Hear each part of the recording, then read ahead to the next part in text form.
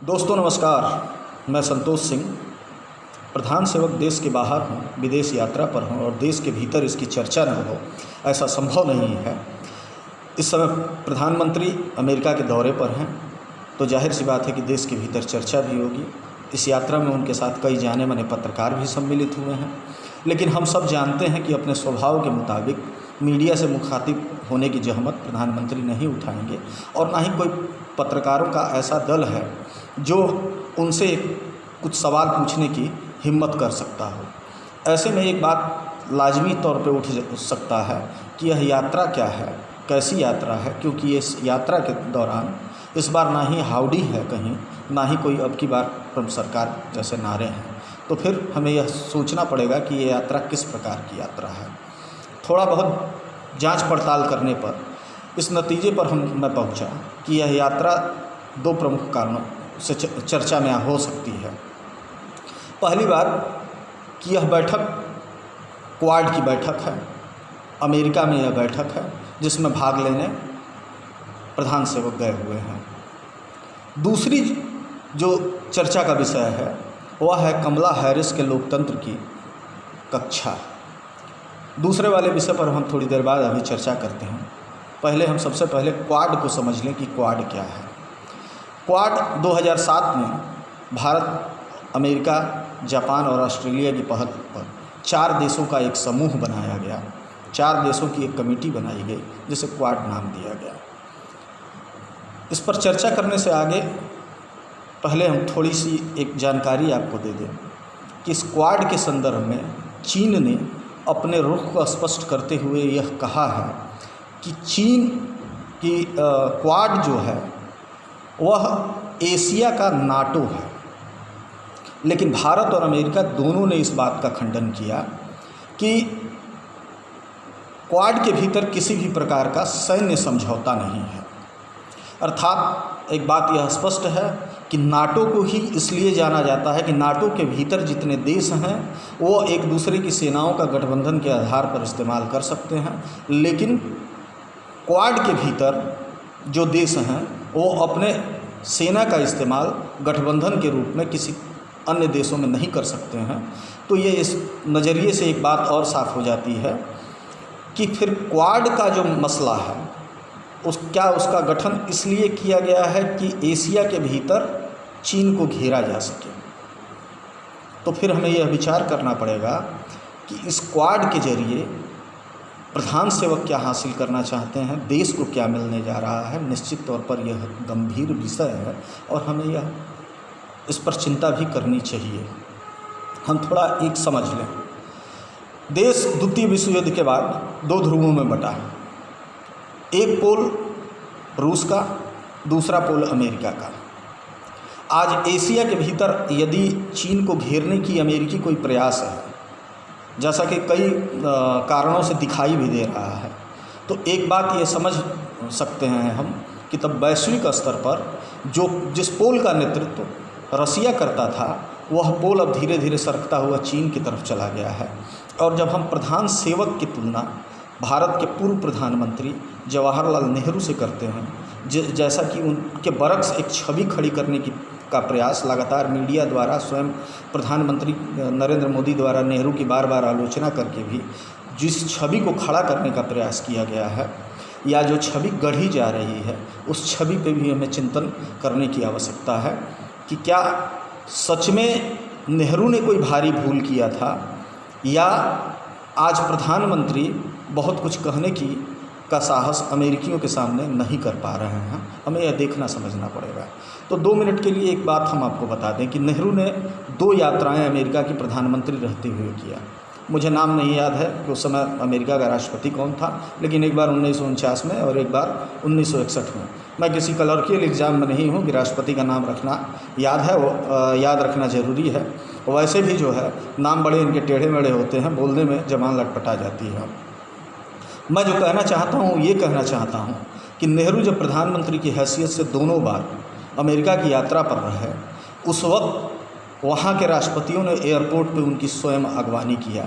इस बार शायद कोई डिप्टी सेक्रेटरी या मंत्री स्तर का भी आदमी, पता नहीं, प्रधान सेवक की अगवानी में रहा अथवा नहीं, एक सवालिया निशान है। खैर जो भी हो, हम थोड़ा सा क्वाड पे लौट के आते हैं।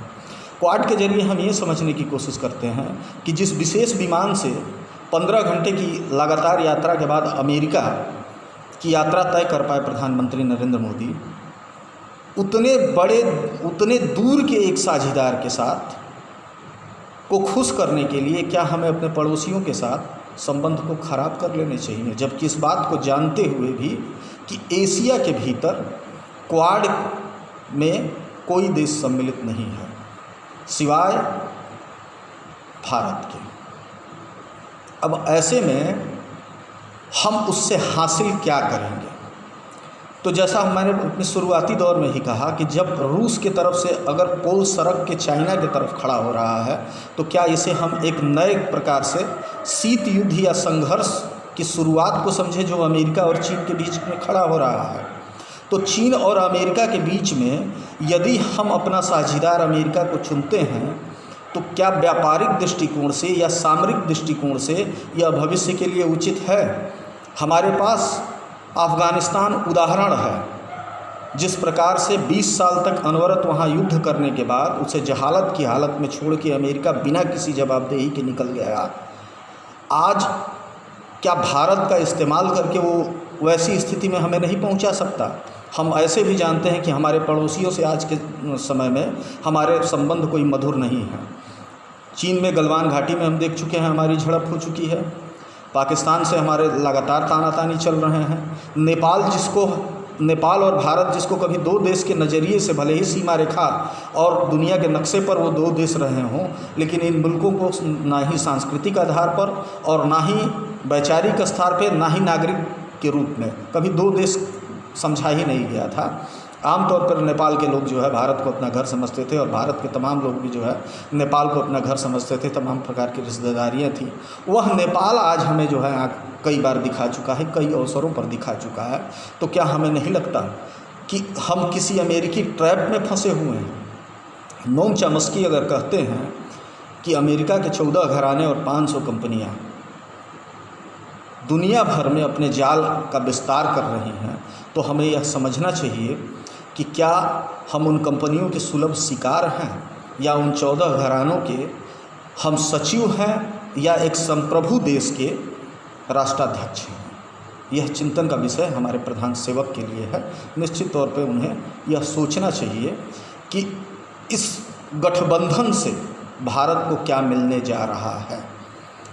दुनिया बटेगी दो भागों में, बाज़ारों का बंटवारा हो जाएगा। भारत का इसमें इस वक्त किस क्षेत्र में हम निर्माण कर रहे हैं जिसका हम दुनिया के बाज़ारों में अमेरिका के सहयोग से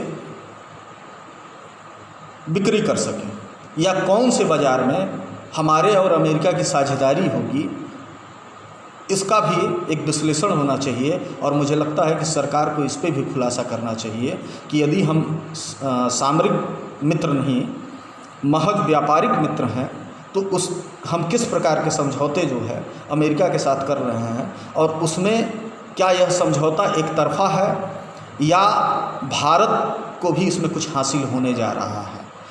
एक उद्योगपति दबी जुबान में वहाँ के एक चर्चित अखबार के हवाले से ये खबर है, मीडिया के हवाले से ही खबर है कि उन्होंने बताया कि अगले 5 सालों में कई लाख करोड़ों रुपए के भारत में निवेश की उनकी योजना है।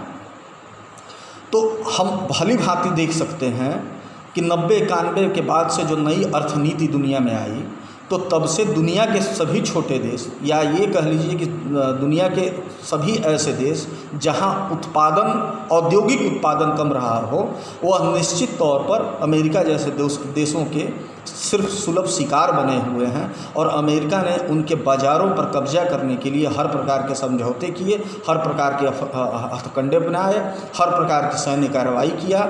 ईरान, इराक, तमाम देश जो हैं इसके उदाहरण हैं।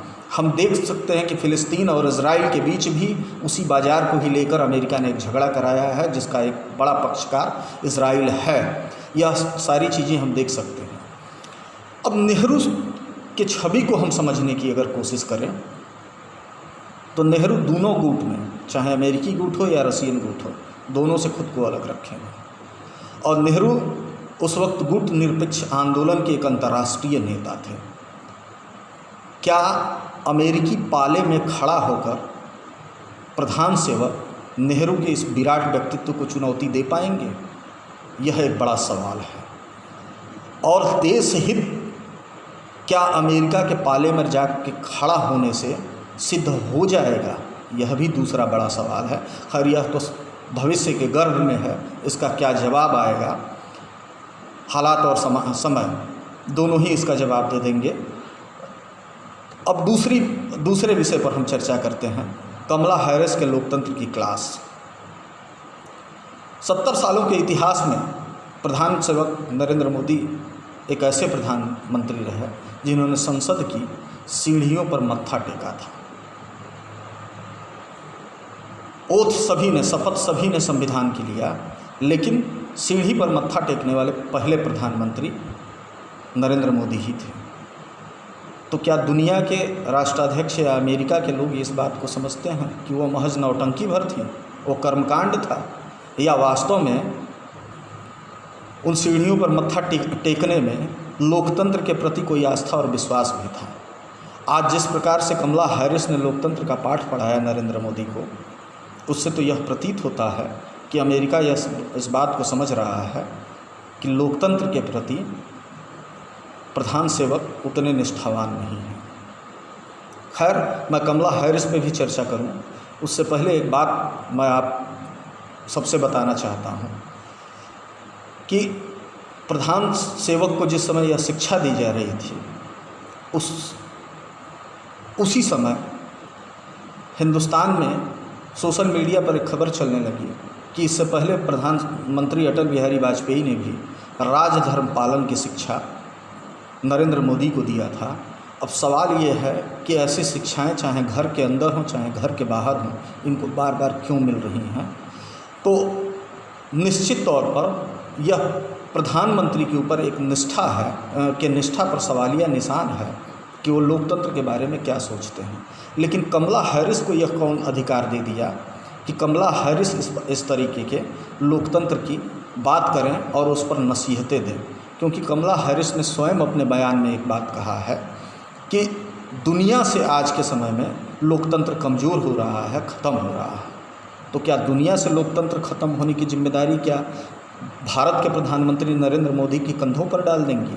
कमला हैरिस क्या यही कहना चाहती हैं? लेकिन दुखद बात यह है कि इस बात को जानते हुए प्रधान सेवक यह पूछने का साहस नहीं कर पाते हैं अमेरिकी राष्ट्राध्यक्ष से कि अगर दुनिया से लोकतंत्र ख़त्म हो रहा है तो वह किसके कारण ख़त्म हो रहा है? क्या भारत के कारण अथवा अमेरिका के कारण? जिस प्रकार से दुनिया का बंटवारा करने की कोशिश अमेरिका कर रहा है, जिस प्रकार से दुनिया के देशों के बाज़ारों पर अपना कब्जा जमाने की कोशिश कर रहा है, वह क्या लोकतंत्र रहते हुए संभव है? यह सवाल निश्चित तौर पर प्रधान सेवक को कमला हैरिस से पूछना चाहिए था। कमला हैरिस से प्रधान सेवक को यह भी सवाल पूछना चाहिए था कि हैती में शरणार्थियों के ऊपर अमेरिकी सैनिक घोड़े से जब दौड़ लगा रहे हैं तो इतने दिनों बाद उसका क्यों संज्ञान लिया जा रहा है? और दुनिया का सबसे पुराना लोकतंत्र इतना असहाय क्यों है कि उसके सूचना तंत्र इतने कमज़ोर कैसे हैं कि कई घटनाएं होने के बाद कमला हैरिस को इसकी जानकारी होती है? और कमला हैरिस इस बात के लिए बधाई के पात्र भी हो सकती हैं कि उन्होंने घोड़े से पेट्रोलिंग पर रोक लगाकर उसके जांच के आदेश दिए हैं। लेकिन सवाल यह उठेगा कि क्या वह न्याय मिल पाएगा? हमारे सामने अफ़गानिस्तान गवाह है, हज़ारों लाशें गिरी हुई हैं, हजारों की लाखों की संख्या में वहाँ लोग मारे गए हैं।